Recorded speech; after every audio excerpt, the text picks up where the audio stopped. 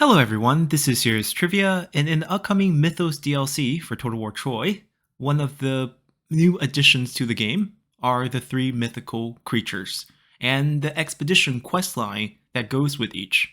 In our previous embargo period, I was able to showcase one of these creatures within the first 100 turn, and we got to experience one of these expeditions hands-on.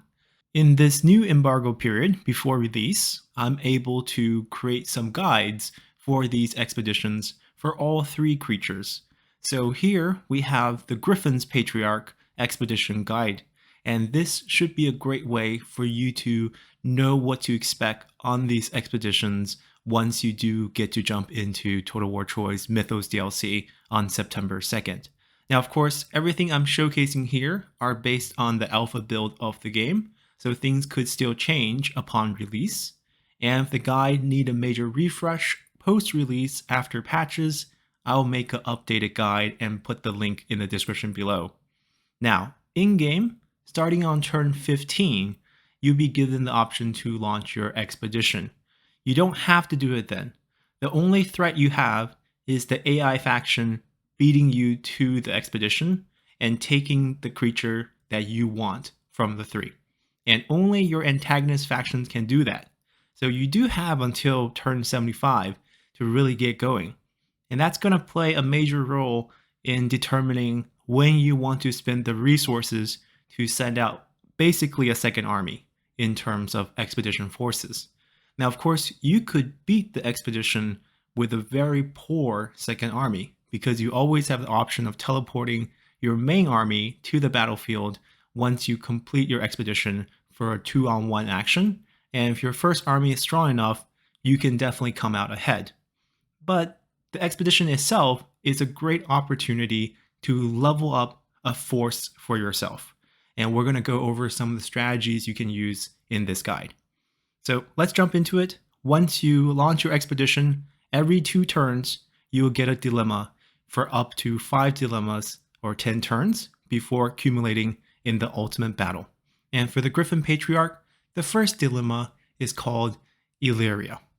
Your expedition has made camp on the outskirts of Illyrian land, beyond the farthest northern reaches of Achaea. The world is already different from what you know, full of light rain and deep green forests, the smell of rich loam.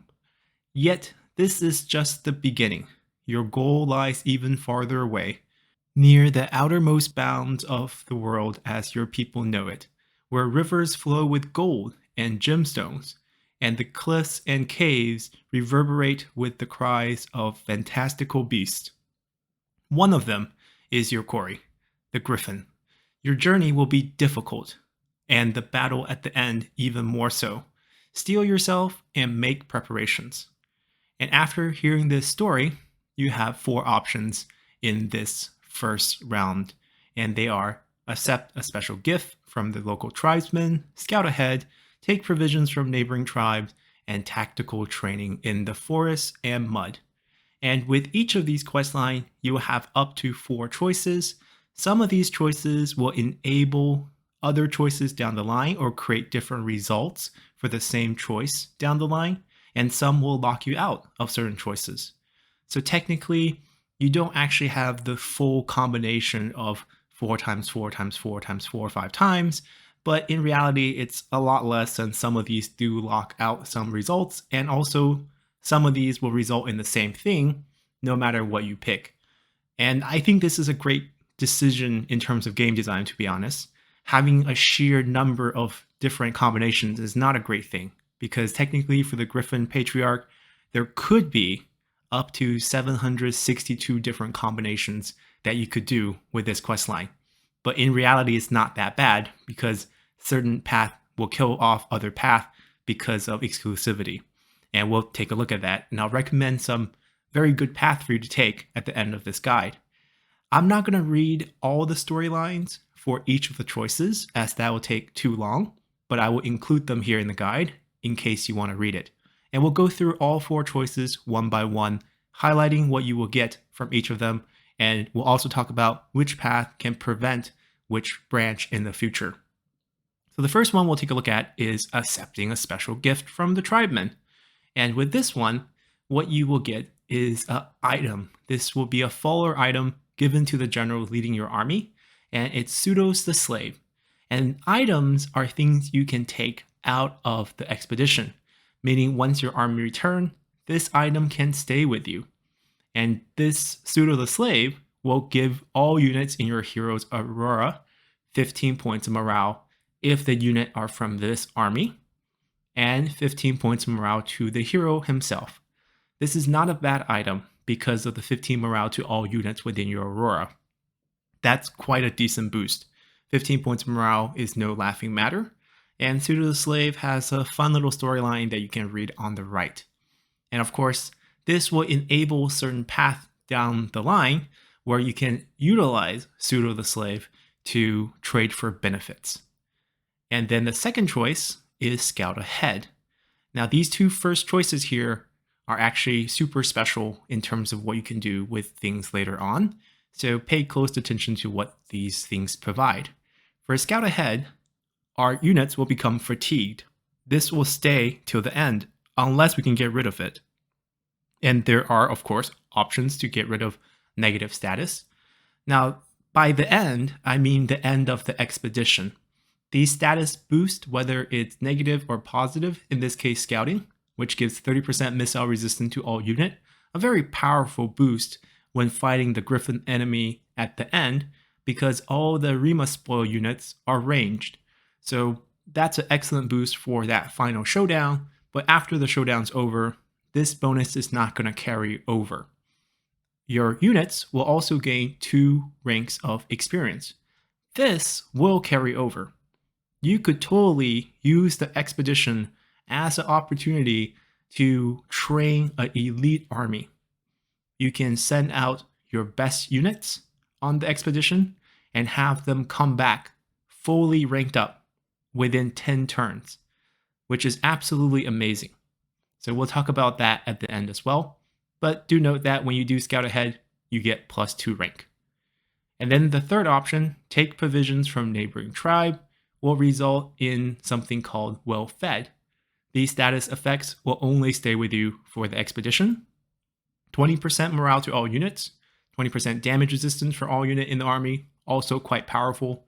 Grant fatigue reduction for all units in the hero's army, plus 20 points to melee attack or hit rate for all units. Now, you might note that some says this army, some says all unit. There are small differences here because you are technically bringing a second army onto the battlefield at the end of the expedition. So things that says all unit but this army means all unit within this hero's army. Whereas if it just says all units, that applies to your second army as well. So there are minute differences here, but overall these are all nice boosts. But you also see on the card on the right, your expedition will lose its weakest unit, as in that unit will get completely wiped. They use cost to measure power. So if you are running out of cash when you are recruiting your initial army of 9 units to send on the expedition, you can definitely cheap out on 1 unit, as that unit can get wiped in events like this, and you'll still be left with 8 units that you really want to bring to the final showdown. Lastly, we have tactical training in the forest and mud. And in this case, we get terrain training as a trait, increasing charge bonuses for all unit, melee attacks for all unit, and battle speeds for all unit in hero's army, which is another way for the game to award this army. Also quite weird in terms of all the variations we have. We also have your units have lost some health. This will come up quite a bit, and each one will be a little bit different. In this case, it's 30% health on 3 units. I'm using percentage here because you could be playing on different unit size. And you also get +2 ranks. And that's the choices for the first round. As you move 2 turns into the future, you come up to Meet the Illyrians. You have started the arduous journey through Illyria. The weather is not on your side, and neither are the locals. Wild, godless tribes, death cults, and savages. And when they seem to know of the Olympian gods, they know of them in strange ways, and their stories of them are poor in wisdom and rich in bloody sacrifice. As you near the territory of a coalition of tribes known for their particularly bloodthirsty war chief, you awaken one morning to find the man himself and a full complement of well-armed warriors waiting outside the boundaries of your camp. They don't appear impressed by what they see. The dark woods all around rustle ominously. And with this event, you have only 3 choices. You can offer them a special gift, where the special gift is pseudos, accede to their demands, or challenge them. And with the first option, you will be losing pseudos. Pseudos will be given away. This means you cannot have him after you finish the expedition, and it will also lock away future options where you might have to use pseudos in this expedition. But the locals will feed you, and your units will gain rank. Of course, you can only select this option if you went with pseudos in the first round, or else this will be locked away.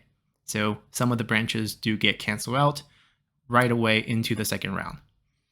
And the second option we have here is accede to their demands. This is probably the worst option in my opinion, just because you can't really do much with this option. You get +1 rank to your unit, and they pick up something called Restless Fear. They will have 2 negative status effects on them, 15% morale hit to all units, or increased fatigue to all units in Hero's Army. Not war, and both are going to happen to you. And the third option, challenge them into a fight. This one is super interesting, as this one is largely determined by your first round choices. If you went with pseudos, or if you went with the option where you taken provision from neighboring tribes, then the challenge them option will result in your armies clashing. You'll gain show of force, which will increase the morale and charge bonus for all your units, but you will take damage. 4 of your units will lose 30% of their health. And you'll gain 3 ranks for fighting and beating them. However, if you scouted ahead, you would have gained knowledge, and you get a different variation of this challenge them result, where you will still get the same show of force bonus, you won't take any damage, and you'll pick up +4 ranks, which is quite interesting. So extra rank up here and no penalties. And if you've done terrain training in the first round, you get another variation where some of the locals already knows you and will join you. So you'll pick up 2 additional units to fight along your side in a heavy island skirmisher and an island club warrior. You will still lose health on 4 units, 30% each. You'll still gain show of force, and you get +3 ranks to all your units, including the 2 units you just picked up. So these new units that you pick up in the expedition will come out of the expedition with you as well. So that's another cool thing you can do to expand your armed forces for free, essentially, after one of these expeditions. And we'll also talk about this at the end. There's definitely a route where you can maximize your rank, and there's also a route where you can maximize your troops. And we'll talk about both of those routes at the end. So these are the 3 variations of challenge them, all depending on what you did in the first expedition questline. And moving on to the third round, we have crossing the Istros. And this will happen also 2 turns after you have completed your second round. As you go farther north, the weather turns. Nature itself becomes your enemy. Ill-suited as you are to such conditions, alas you reach the fearsome, swift-flowing Istros, near the place where it joins the Euxine Sea. Neither martial skills nor quality of arms will help you here. The river rages, spurred on by the cold breath of Boreas. The local villagers you ask for help are simple river fishermen, but they tell you of a camp of traders tasked with carrying goods to the Euxine seaport, so one of them may know of a way around the river for a price. As you're about to visit them, a sentry comes to you and tells you he has spotted a lone centaur in the fields next to your camp that wants to speak with you, but you must hurry. And we end up with yet 4 more options. Go to the trader with a ship, approach the centaur, wait for the river to freeze, or look for a ford. Of these 4, looking for a ford cannot be picked unless you did scouting ahead in the first round. So that is a requirement for this. If you didn't scout the land, you cannot look for a ford. With that in mind, let's move on to a trader with a ship. And if you select this one, the trader will give you a warning about the mythical units that you will face up ahead. And all your units will gain 50 points of melee damage against enemy mythic units, which in this expedition battle is every single enemy unit. So this is just a flat damage increase for your final battle. Not bad. Your 3 units will also lose 20% health. The game will always pick your weakest unit for these. So if you have cumulated damage from before, the same units will lose the health. So you could end up with your weakest unit with very little health at the end if you keep picking this option. And you have +1 rank for all your units. And this would be the option for a trader with a ship. Now going back, we can also approach the centaurs. And this is a recruitment option where you will be picking up 2 centaur elders who will join your force. These are mounted range unit that are actually centaurs in Mythos mode, and they're quite decent, as you can see their unit card here. Or you can wait for the river to freeze. This, once again, is one of the worst options because of the negative effect it can hit you. It will once again increase fatigue for all units in your hero's army, lose melee defense for all units in the hero's army, but you will become hardened and gain 2 rank. Moving on to the ford option, which can only be picked if you scout it in round 1, you end up with just simply +2 rank, which is a great level up option. Then moving on in 2 turns, you'll get the 4th expedition questline called Meeting the Arimaspoi, which is the race that serves or are in conflict with the Griffin. Your journey to the Refem Mountains passes uneventfully to your surprise. The villages are fewer and farther apart, and the land is uniformly level and featureless. Despite the weather, you make good time. Spurred on by the gigantic looming bulk of the Refems on the horizon, one day you barely manage to save one of your men as he almost drowns in a glittering brook. There was gold dust carried on the river. I swear by the gods. Another of your men jibes. Yeah, Salos. So you try to drink it. Then what? Piss into your water skin and be rich? The laughter stops as you notice a group of men and women approach from afar. They're clad in close-fitting leathers and gold. They're one-eyed and muscled like champion athletes, even the women. They are the Arimaspois. So the Arimaspoi that we meet, we have 4 options here. Once again, you can let pseudos go to them, only if you picked up pseudo in round 1 and didn't give him away in round 2. And you can ask them to help you, or skirt the Arimaspoi's land and exchange weaponry for supplies. These are all possible options. The first one, obviously requiring you to still have pseudos and also willing to give him up here, you will once again lose him. You will pick up 2 units, one Arimaspoi skirmisher and one Arimaspoi hunter. You pick up something called a respite, which will erase any negative effect you have, a single one. So if you picked up multiple one, the first one will go away. You'll also pick up a heal on some of your units. Now, I wasn't able to pick up the exact amount because when I got this questline, I didn't have any unit that were injured, but I'm guessing it's between the 20 and 30% that you will lose through any event. It would just undo one of them for perhaps 3 or 4 units. It's just a nice heal effect to counteract any negative choices you've done earlier. Now, I actually don't recommend this one because if you kept pseudos till this point, you probably want to keep them. And also, the bonuses you get here is one of the weaker ones in this group. Because if you look onto the next one, you can simply ask them to help you. You don't have to give up anything, and you actually pick up 4 units of Arimaspois, a skirmisher, 2 spearmen, and 1 hunter. And that's a pretty good retinue to add to your force to help you fight the final battle. Then the third choice, skirt their lands entirely, and you end up with simply +3 ranks to all your troops by avoiding to contact them at all. Then finally, you could also exchange weaponry for supplies, and in this option, you will once again lose your weakest unit. So if you have a poor unit, or perhaps 2 poor units, you can go with this option. Because of his sacrifice, you end up with a respite, where you also erase some negative effect, you will heal some health back, you will also gain 1 rank. Also, not a great outcome here, because you might as well go with the first option, where you can trade pseudos instead of your weakest unit, depending on which you want to keep at the end. You could have cheaped out on your army, and perhaps losing the weakest unit doesn't hurt you as bad, and you can keep pseudos for the rest of your campaign. Then, in 2 turns, we get the final quest line called the Hunt. You're close to the summit of your destination and due for another rest when one of your men shouts for you to come and see something. A little way above you, at the edge of what looks like a small plateau, there is a massive nest perched at the dizzying junction of a vertical rock and a huge tree jutting almost horizontally over the abyss.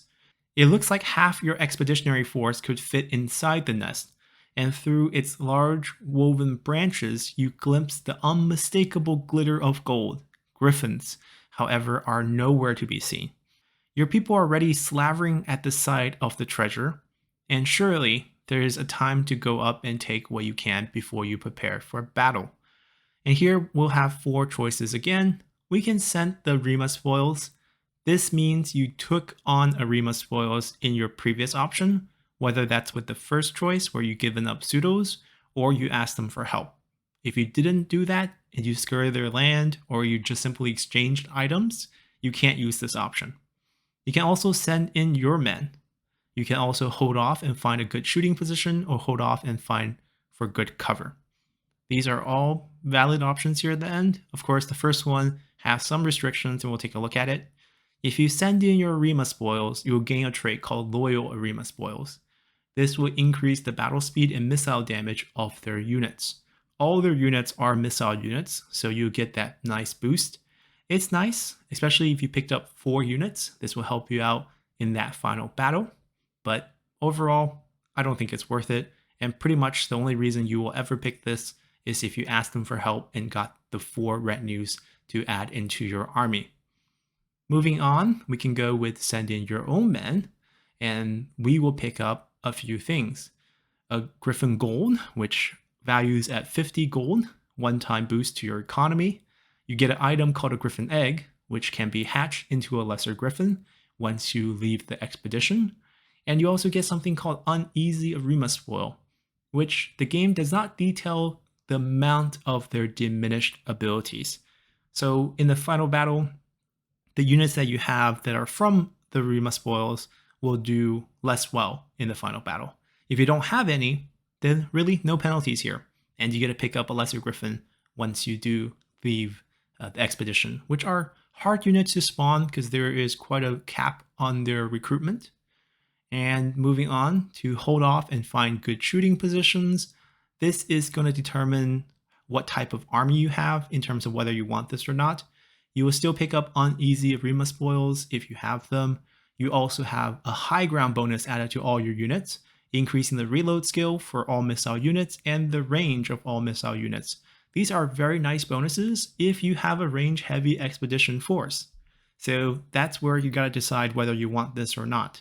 This is a range focused bonus, whereas holding off and look for a good cover is more of a melee or defensive boost in case you don't have a range heavy army.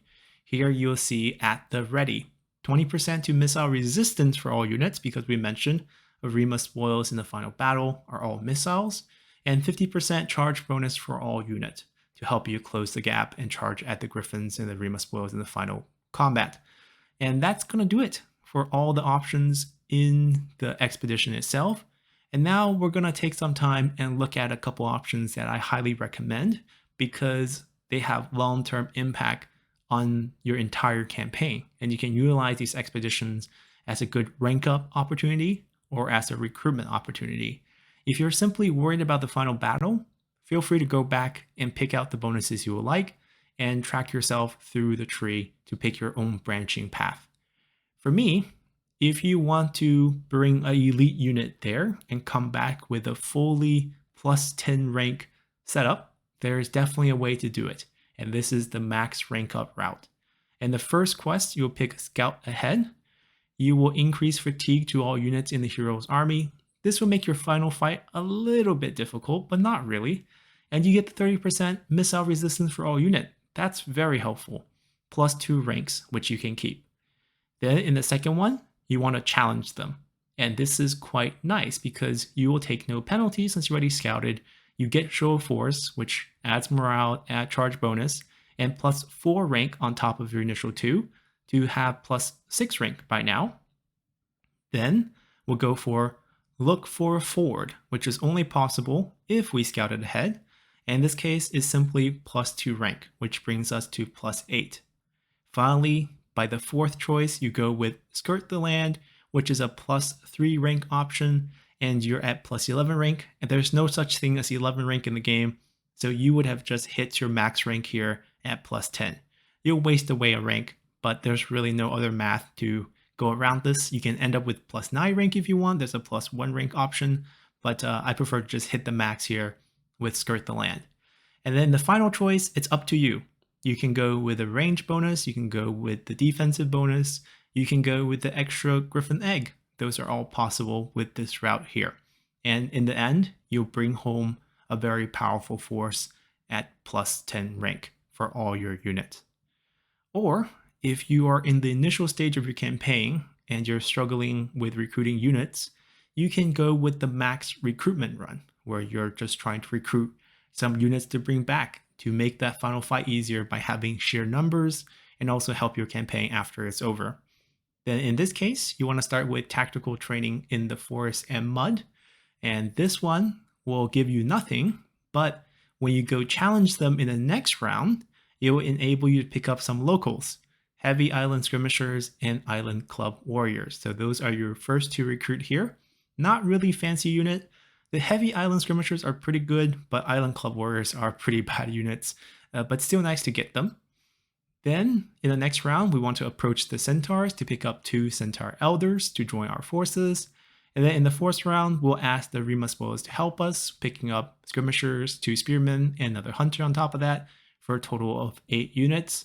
In the final round, you want to send in your own men to pick up another egg, which would be another griffin at the end. So for a total of 9 free units to add to your forces here through the expedition.